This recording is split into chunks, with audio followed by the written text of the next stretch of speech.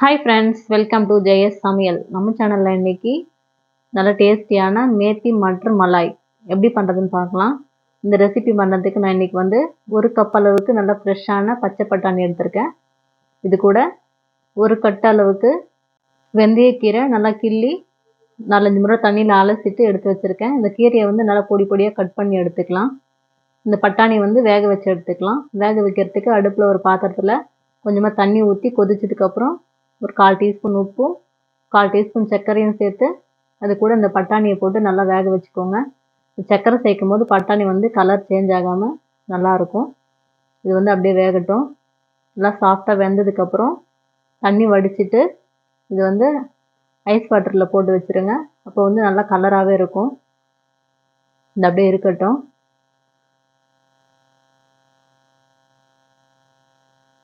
இப்போது அடுப்பில் ஒரு கடாய் வச்சுட்டு 2 டீஸ்பூன் அளவுக்கு எண்ணெய் சேர்த்துக்கோங்க. எண்ணெய் காஞ்சதுக்கப்புறம் அதில் சின்னதாக ஒரு துண்டு பட்டை, ஒரு ஏலக்காய், 2 கிராம்பு, ஒரு 7 முந்திரி சேர்த்துக்கோங்க. சேர்த்துட்டு இது லைட்டாக ஒரு முறை கலந்து விட்டுருங்க.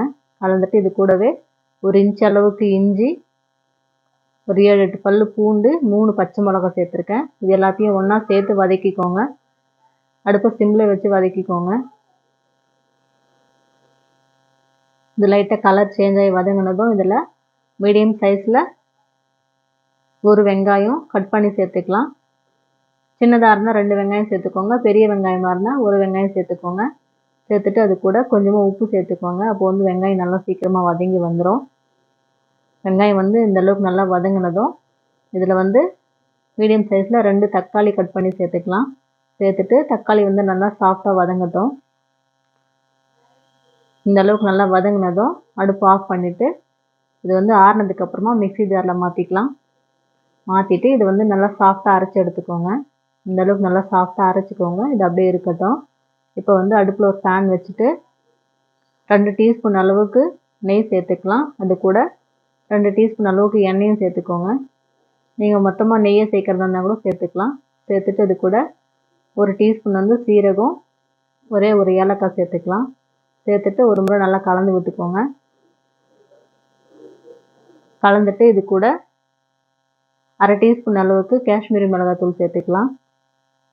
சேர்த்துட்டு ஒரு முறை நல்லா கலந்து விட்டுட்டு இது கூட நம்ம பொடியாக கட் பண்ணி வச்சுருந்த கீரையை சேர்த்துக்கோங்க.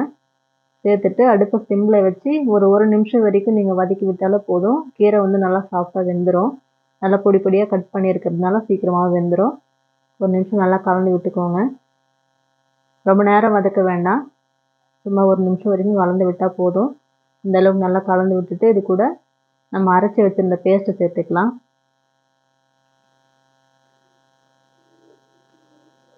சேர்த்துட்டு அடுப்பு சிம்லேயே வச்சு லைட்டாக கலந்து விடுங்க. கலந்து விட்டுட்டு அந்த மிக்ஸி ஜார் அலசி ஒரு 1/2 டம்ளர் அளவுக்கு தண்ணி சேர்த்துக்கோங்க. சேர்த்துட்டு திரும்பவும் இது நல்லா கலந்து விட்டுக்கலாம். இதில் இப்போ ஒரு 1/4 டீஸ்பூன் மஞ்சள்தூள், வறுத்தரைச்ச சீரகத்தூள் ஒரு 1/2 டீஸ்பூன், ஒரு 1/4 டீஸ்பூன் அளவுக்கு ஆம்ச்சூர் பவுடர் சேர்த்துக்கோங்க. அது கூட இந்த டிஷ்ஷுக்கு தேவையான அளவுக்கு உப்பு சேர்த்துக்கலாம். நம்ம ஏற்கனவே வெங்காயம் வதக்கும் போது உப்பு சேர்த்துருக்கோம். அதனால் கொஞ்சமாக சேர்த்துக்கோங்க. சேர்த்துட்டு எல்லாத்தையும் ஒரு முறை நல்லா கலந்து விட்டுட்டு திரும்ப இதில் ஒரு 1/2 டம்ளர் அளவு தண்ணி சேர்த்துக்கோங்க. சேர்த்துட்டு நல்லா கலந்துட்டு ஒரு 2 நிமிஷம் அப்படியே கொதிக்கட்டும். நல்லா மிக்ஸ் பண்ணி விட்டுக்கலாம். இது ஒரு 2 நிமிஷம் கொதிச்சதுக்கப்புறம் நம்ம ஏற்கனவே வேக வச்சு வச்சுருந்த பட்டாணி சேர்த்துக்கலாம். சேர்த்துட்டு நல்லா மிக்ஸ் பண்ணிவிட்டு ஒரு 2 நிமிஷம் நல்லா கொதிச்சதுக்கப்புறம் இதில் பால் ஆடை சேர்த்துக்கலாம். இது அப்படியே கொதிக்கட்டும்.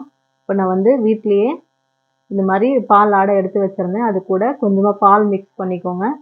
நீங்கள் கடையில் வாங்கி சேர்க்குறதுனாலும் சேர்த்துக்கலாம். வீட்டில் சேர்க்குற பால் ஆடை நல்லா ஃப்ரெஷ்ஷாக இருக்கும்.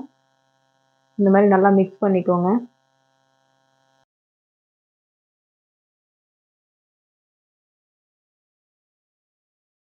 இது இப்போ இந்த கிரேவியில் சேர்த்துக்கலாம்.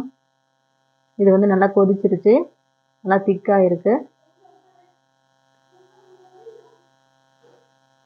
இந்தளவுக்கு நல்லா கொதிச்சதுக்கப்புறம் இதில் நம்ம மிக்ஸ் பண்ணி வச்சுருந்த பால் ஆடையை சேர்த்துக்கலாம். சேர்த்துட்டு அடுப்பை ஃபுல்லாக வச்சு ஒரு 2 நிமிஷம் கைவிடாமல் நல்லா கலந்து விடுங்க. இந்த கிரேவியோட இந்த பால் ஆடை நல்லா மிக்ஸ் ஆகிடும்.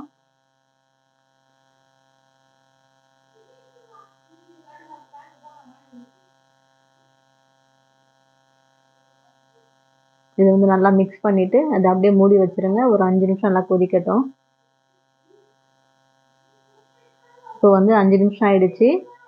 நல்லா கிரேவி கொதிச்சு ரெடி ஆயிடுச்சு. பாருங்க நல்லா கலர்ஃபுல்லாக சூப்பராக இருக்குது.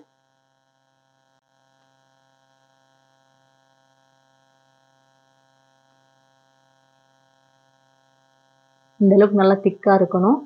இப்போ இது கூட கொஞ்சமாக கஸ்தூரி மேத்தியும் இது கூடவே ஒரு 1/4 டீஸ்பூன் அளவுக்கு கரம் மசாலாவும் சேர்த்துக்கலாம்.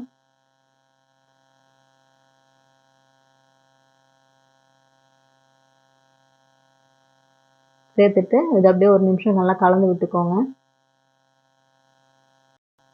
ஒரு நிமிஷம் நல்லா கலந்துட்டு அடுப்பு ஆஃப் பண்ணிவிடுங்க. அவ்வளோதான், சூப்பரான மேத்தி மட்டர் மலாய் ரெடி ஆயிடுச்சு. இது வந்து சப்பாத்தி, பரோட்டா, வெரைட்டி ரைஸ், கீ ரைஸோட நல்லாயிருக்கும். மிஸ் பண்ணாமல் ட்ரை பண்ணி பாருங்கள். இந்த வீடியோ உங்களுக்கு பிடிச்சிருந்துச்சுன்னா லைக் பண்ணுங்கள், ஷேர் பண்ணுங்கள், கமெண்ட் பண்ணுங்கள். மறக்காமல் சப்ஸ்கிரைப் பண்ணுங்கள்.